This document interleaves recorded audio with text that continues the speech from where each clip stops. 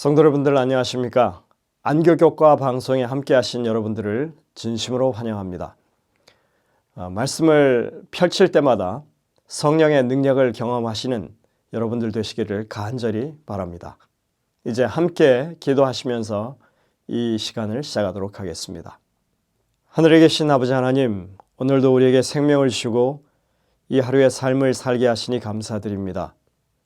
저희들이 하나님의 말씀을 가까이 하고 또 성령의 음성으로 인도하심을 받게 하시니 감사를 드립니다. 이 시간 말씀을 펴고 주의 역사하심을 간구하오니 우리에게 능력을 주시고 지혜를 주셔서 하나님의 말씀 가운데 있는 분명한 진리들을 다시 한번 깨우치는 시간이 되게 인도하여 주옵기를 예수님의 이름으로 간절히 기도드립니다. 아멘. 오늘의 제목은 그녀를 쫓아내라입니다. 이번 주에 우리는 예수님께서 스로보니게 여인을 만나셨고 그리고 그 여인의 딸을 고쳐주신 사건을 계속해서 살펴보고 있습니다. 오랫동안 고대하던 주님을 만났지만 주님으로부터 별 응답을 받지 못하고 그녀는 계속해서 소리를 지르면서 예수님을 쫓아갑니다. 제자들이 이런 상황 가운데서 예수님께 이렇게 말합니다. 그 여자가 우리 뒤에서 소리를 지르오니 그를 보내소서. 여기 지금 그를 보내라고 하는 이 말이 바로 그녀를 쫓아내라고 하는 그런 말인 것입니다. 예수님과 그 제자들이 와 있는 곳은 유대인들의 홈그라운드가 아니었습니다. 그들이 경멸에 맞지 않는 이방인들의 땅이었습니다. 물론 이곳에서도 이미 예수님의 명성은 알려져서 누구나 그 이름을 한 번쯤은 들어봤을 그런 사람들이 대부분이었습니다. 하지만 지금 남의 땅에 와서 이런 상황이 벌어지고 있는 가운데 제자들 생각에는 그 여인이 계속해서 소리를 지르는 이 상황이 좋아 보이지 않은 것입니다. 이때 주님은 또 들은 척 만 척 계속 무시하는 그런 상황이었습니다. 제자들이 의아할 수밖에 없었죠. 왜 주님은 아무런 반응을 하지 않으시지? 사람들이 자꾸 쳐다보고 있는데 주님이 뭐라도 해서 저 여인을 이제 돌려보냈으면 좋겠다 하는 생각이었습니다. 제자들의 마음속에는 그냥 단지 그 난처한 상황이 빨리 지나가기를 바라는 것뿐이었습니다. 그 여인이 현재 겪고 있는 고통이나 슬픔에는 전혀 아랑곳하지 않는 그런 상황이었던 것입니다. 아직 복음이 전해지지 않은 이방 도시에 여전히 희망을 갈망하는 사람들이 있었던 것입니다. 예수님 시대에 하나님의 백성이 두로와 시돈 같은 이방 도시에 메시아에 대한 희망을 전하지 못한 이유는 아주 분명합니다. 하나님의 백성이라 자부하는 사람들이 가지고 있었던 민족주의, 그리고 선민이라고 하는 자부심, 그리고 이방인에 대한 편견 같은 것들이 예언되어 있는 예수님의 초림에 대한 소망을 갈망하고 있는 그들 가까이에 있는 사람들을 눈을 가려 보지 못하게 했던 것입니다. 오늘날 도시에도 예수님께서 당신의 백성들이 재림의 복된 소망을 나누어 주기를 원하시는 많은 사람들이 있다고 하는 것입니다. 예수님께서 그들의 국적이나 인종에 상관하지 않으셨던 것처럼 우리도 그런 마음으로 선교에 임해야 하는 것입니다. 오늘 교과에서는 사도행전 10장에 나와 있는 베드로가 보았던 환상에서 성령께서 가르치시는 교훈이 무엇인지 요약해 보라고 요청합니다. 사도행전 10장에는 요바에 있던 베드로가 낮에 환상을 본 사건을 기록하고 있습니다. 점심때쯤에 베드로는 부정한 동물과 새들로 가득 찬 식탁보가 하늘로부터 내려오는 환상을 봅니다.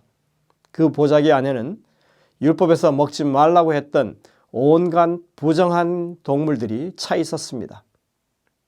그는 그 환상을 보는 가운데 일어나서 그것을 먹으라고 하는 말을 3번씩이나 듣습니다.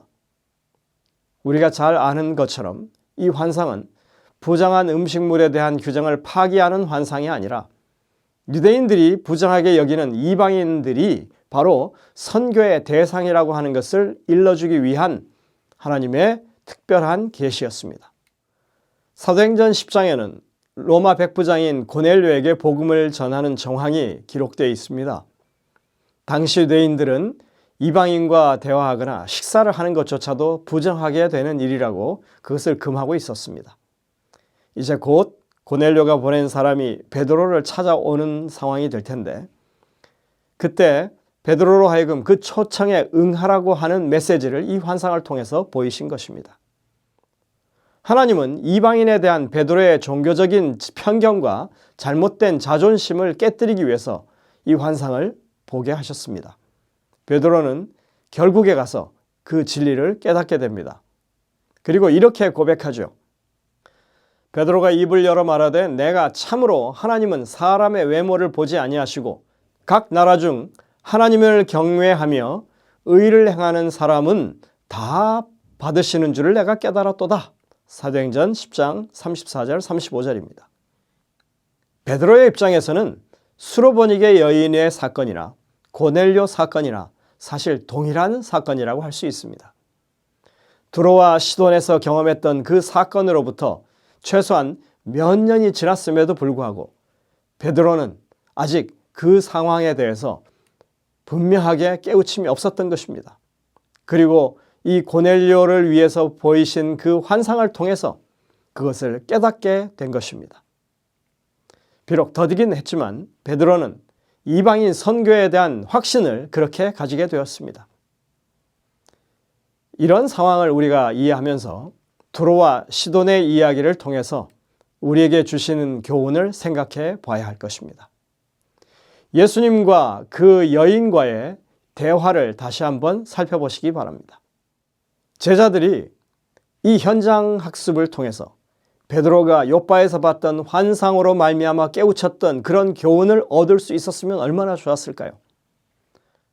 마찬가지로 우리는 이 이야기를 오늘날 우리의 삶의 정황 가운데서 마지막 시대에 하나님께서 선교하라고 부르시는 그 상황에 적용할 필요가 있는 것입니다. 베드로는 고넬료와 관련된 이러한 환상이 있기 전까지 여전히 이방인과의 접촉조차 부정한 것으로 여기고 있었다고 하는 것입니다.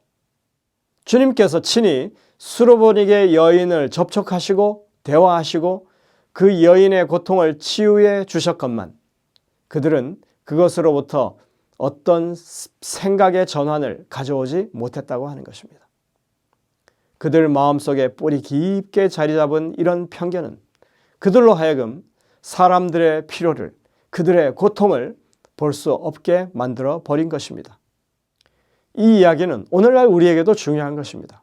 주님께서는 도시를 향한 우리의 사명에 대해서 이해를 넓히고 우리의 편견과 민족주의나 혹은 영적 교만에 기꺼이 우리가 맞서도록 하기 위해서 지금 직접적인 모본을 보이고 계신 것입니다.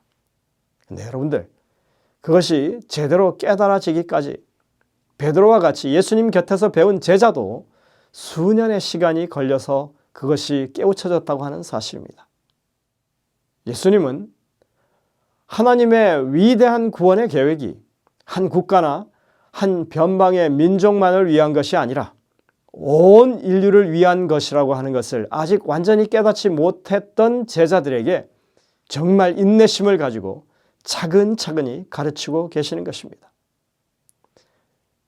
오늘날 우리의 마음 가운데 아직도 이해가 부족한 그런 선교적인 지평을 넓히기 위한 그 일을 위해서 성령께서는 여전히 우리에게 동일한 방법으로 차근차근히 우리로 하여금 그것을 깨우칠 수 있도록 기회를 주고 계십니다. 성령께서는 여전히 우리의 편견과 성향을 극복하는데 지금도 우리를 도우고 계시다고 하는 사실입니다. 여러분들, 우리가 이 이야기를 다룸에 있어서 또 하나 결코 간과해서는 안 되는 한 일이 있습니다.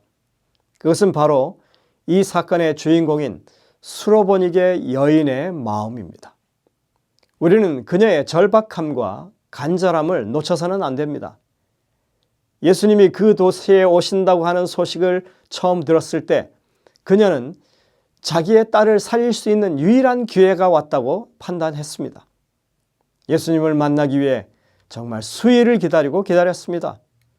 드디어 예수님을 만났지만 예수님이 전혀 모른 채 하십니다. 아, 내가 이방 여인이라서 그러시는 걸까?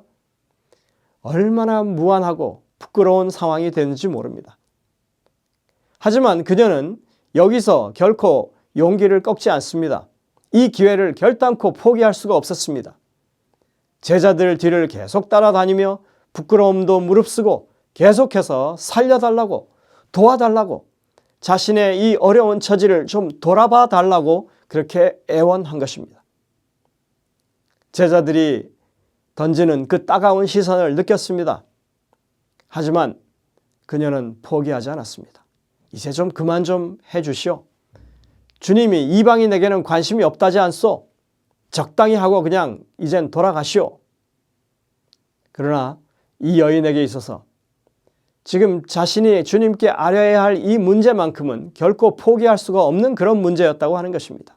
그 딸의 인생이 걸렸고 생사가 걸린 문제였기 때문입니다. 그녀는 그래서 더 크게 소리를 지릅니다. 엘렌 화이트는 이 여인의 이러한 심정, 그 마음을 잘 묘사하고 있습니다. 오늘 영감의 교훈에 보시면 복음을 막을 장벽은 없다라고 하는 제목에 이렇게 말하고 있습니다. 베니게의 여인은 믿음으로 유대인과 이방인 사이에 쌓인 장벽을 향하여 돌진했다. 그에게 의심을 일으키게 하였을지도 모를 겉모습에 상관하지 않고 낙심을 떨쳐버리고 구주의 사랑을 신뢰했다. 그리스도께서는 우리가 당신을 이같이 신뢰하기를 바라신다. 구원의 축복은 각 사람을 위한 것이다. 복음으로 말미암아 그리스도 안에서 약속에 참여하는 자가 되지 못하게 막을 수 있는 것은 자신의 선택 외에는 어떤 것도 없다. 시대의 소망 403쪽에 이렇게 말하고 있습니다. 다시 말해서 이 여인의 그 마음 가운데 정말 끓어오르는 그런 절박함이 있었다는 것입니다. 간절함이 있었다고 하는 것입니다. 여러분들, 이 상황 가운데서 우리는 이 여인의 마음 가운데 역사하시는 성령이 계심을 봅니다. 그녀에게 한 발 더 다가갈 수 있는 용기를 주십니다. 주님만이 이 문제를 해결하실 수 있다고 하는 확신을 불어넣어 주셨습니다. 여러분들, 이러한 믿음이 우리의 믿음이 되어야 한다고, 이 수로보니게 여인의 마음 가운데 있는 이런 간절함이 우리의 마음이 되어야 한다고 와이슨 교훈하는 것입니다. 여러분들, 때로는 어떤 이끌림에 의해서 교회에 찾아오는 사람들이 있습니다. 우리는 그들의 입장과 개인적인 사정을 잘 알지는 못하지만 우연히 교회에 방문하는 사람은 거의 없습니다. 그런 사람들 가운데는 이 여인과 같이 구원에 대한 깊은 영적인 갈급함과 절박함이 있을 수 있는 것입니다. 어떤 사람들은 삶의 마지막 기회를 찾기 위해서 교회의 발걸음을 옮길 수도 있습니다. 이런 사람들이 교회를 찾아왔을 때 과연 우리는 어떤 마음으로 그들을 대할 것인지, 오늘 우리는 그것을 생각하면서 우리가 하나님의 뜻을 바르게 표현하고 또 그들을 영접할 수 있는 사람들이 되기 위해서 기도해야 할 것입니다. 여러분들, 이제 함께 기도하시겠습니다. 하늘에 계신 아버지 하나님, 오늘 우리의 심령 가운데 이 수로보니게 여인의 마음에 있었던 그러한 믿음이 살아 움직일 수 있도록 저희에게 역사하여 주옵소서.